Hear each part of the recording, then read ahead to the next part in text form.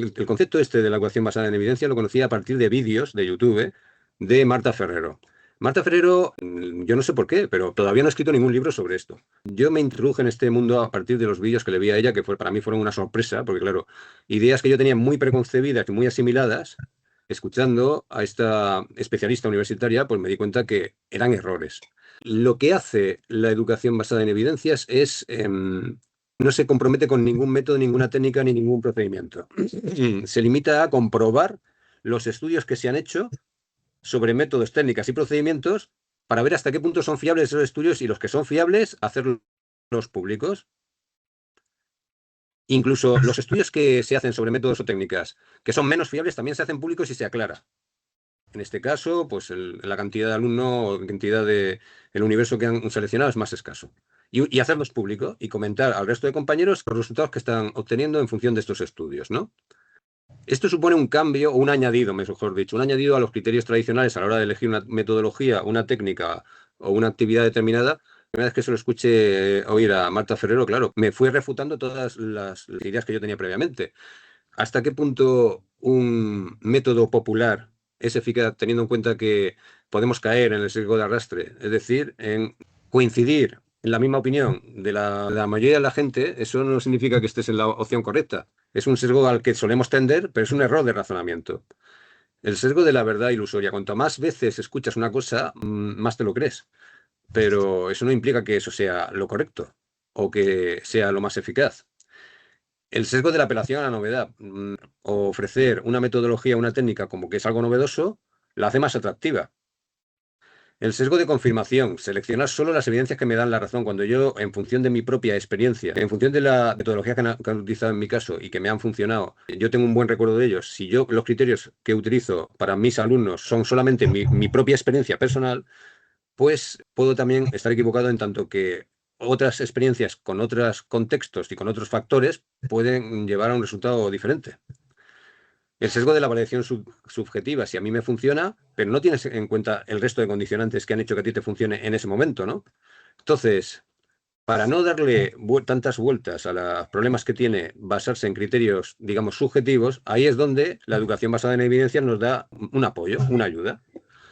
Lo que hace es, siguiendo métodos científicos de investigación y de estudios rigurosos, que tengan ciertas condiciones, que duren tiempo determinado, que haya varios grupos de alumnos, que tenga un grupo de control, que el perfil sociológico de los alumnos esté muy definido. Ciertos elementos que yo la verdad es que no controlo muy bien. Yo me he limitado, aquí os limito a poner lo que he escuchado a Marta Ferrero de cómo se tiene que hacer un buen estudio. Y una revisión por pares antes de la publicación. Yo, como no tengo muy claro cuándo un estudio es solvente o no, yo me limito a hacer caso a lo que dicen los que saben. Entonces, me dice, si Marta Ferrero me publica un estudio, yo a ese le doy credibilidad en tanto que confío en su capacidad. Y si Héctor Ruiz me presenta un estudio, también le doy credibilidad en tanto que confío en su capacidad de distinguir buenos estudios de malos estudios, ¿no? Realmente, como les he leído y conozco cómo funciona, pues tengo bastante fe en ellos. A partir de ese concepto de educación basada en evidencias, tenemos el de la crítica que ellos hacen a las modas educativas, es decir, métodos que se ponen de moda independientemente de que sean eficaces o no, o a los edumitos, que son las falsas creencias sobre prácticas educativas que de repente empiezan a ser muy populares, pero que en realidad, y aquí es donde estos especialistas dan el toque de atención, en realidad, en algunos casos, precisamente si lo que se ha demostrado algo es que no funciona, independientemente de que sean populares o que sean creencias mayoritarias, ¿no? La educación basada en evidencias en realidad es una metodología que en tanto que se refiere a los criterios que vamos a seguir nosotros para seleccionar. Pero no es un marco teórico. Y entonces, por eso, a mí me parece interesante cómo combinan esta metodología con lo que es el marco teórico que explica cómo se produce el aprendizaje. Entonces, si funciona o no funciona, esta metodología tiene mucho que ver con el proceso neuronal, que en todos los casos se produce cuando aprendes algo, ¿no? Y ese marco teórico es el que os ofrecí un texto en un PDF que simplemente la síntesis que yo voy haciendo de los libros que voy leyendo, os lo ofrecí.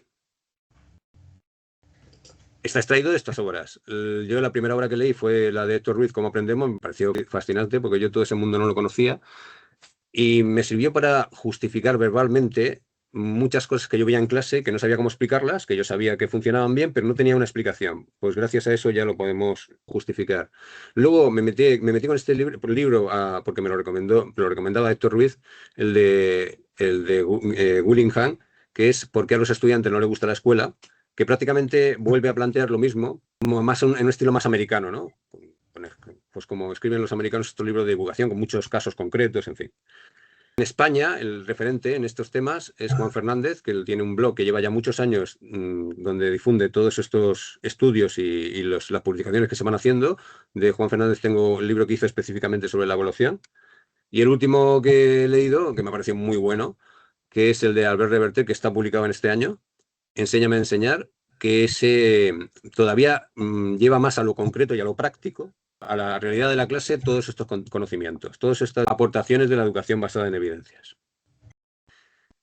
El término neuroeducación se refiere, o también lo he visto expresado como ciencia de conocimiento, que es el intentar explicar el proceso de aprendizaje recurriendo a términos científicos, que es lo que me voy a meter ahora, con el fin de evitar los neuromitos, que es las falsas creencias sobre cómo se produce el aprendizaje. Voy un poco rápido, pero ahora me voy a frenar, ¿vale? Bien.